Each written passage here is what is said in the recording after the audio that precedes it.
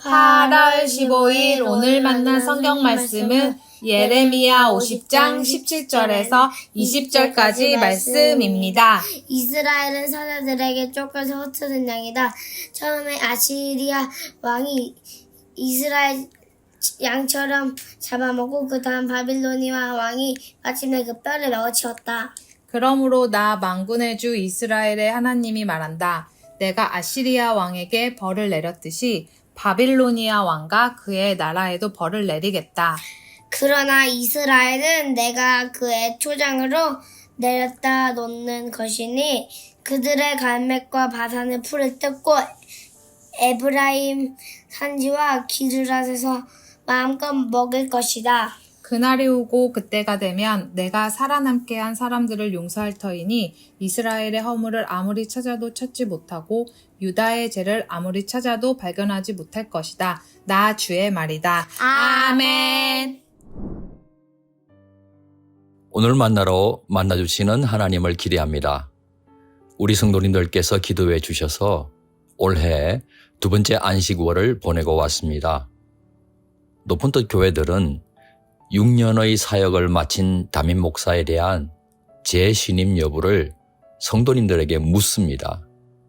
담임 목사가 신임받게 되면 원칙적으로 1년 이하의 안식년을 갖습니다. 저는 지난 2020년도가 마지막 안식년이었습니다.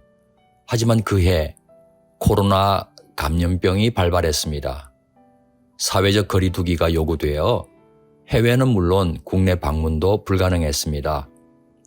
더욱이 높은 뜻 우신교회가 분립해 나간 우리 교회는 안돈될 필요가 있었습니다. 이에 우리 교회 당회는 6년 사역 후 1년 정도의 안식년 대신 매년 총 2개월의 안식월을 갖도록 그때 배려해 주셨던 겁니다. 안식년이나 안식월에는 몇 가지 의미가 있습니다. 먼저 육체나 마음의 쉼을 제공해 줍니다. 또한 다음 목회를 준비하는 재충전의 기회가 됩니다.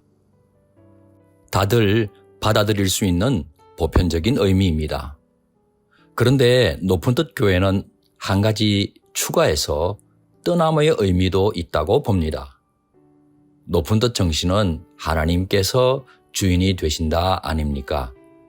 교회의 주인 되신 하나님께서 언제나 교회를 책임져 주신다고 믿습니다. 다시 말해 안식년이나 안식월 기간 담임 목사가 없어도 교회가 아무 문제 없이 작동된다는 것을 경험하는 기회가 된다는 것입니다. 이런 경험이 쌓여 제가 이임을 해도 제1의 담임 목사님과 함께 우리 교회는 틀림없이 건강한 공동체로 성숙해 가는 것입니다. 하나님은 교회의 주인만으로 그치지 않으십니다. 개인과 사회, 그리고 역사 등 모든 피조세계의 주인이십니다. 인간이 펼쳐온 과거나 펼쳐가고 있는 현재를 생각하면 특히 요즘은 미래가 많이 암울합니다. 우리가 따져보고 전망해 봐도 희망이 보이지 않는 것 같습니다. 그러나 우리가 모든 것의 주인이 되시는 전능하신 하나님을 바라고 고대한다면 우리의 암울한 전망을 뛰어넘는 뜻밖의 희망이 하나님으로부터 우리에게 임하게 되는 줄 믿습니다.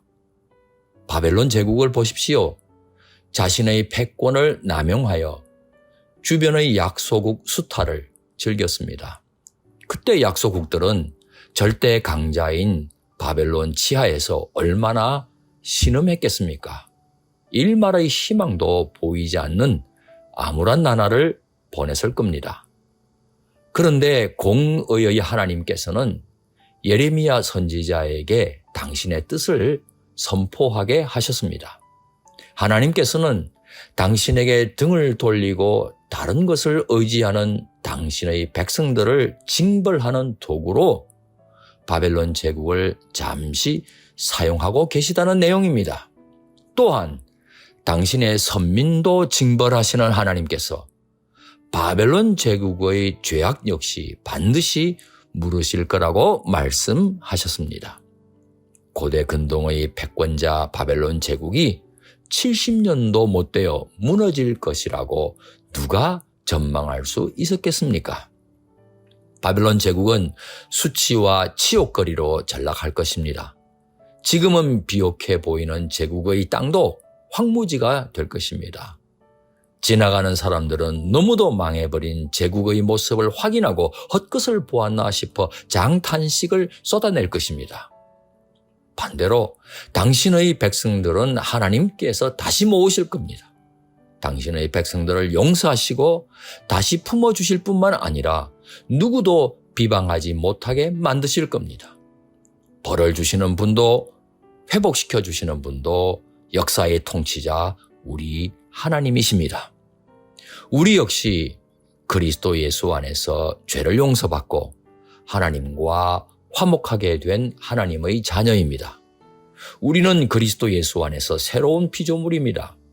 만물을 새롭게 빚어가시는 하나님께서는 깨어진 파편 같은 우리들을 다시 붙여 당신의 새로운 걸작품으로 빚어가고 계십니다.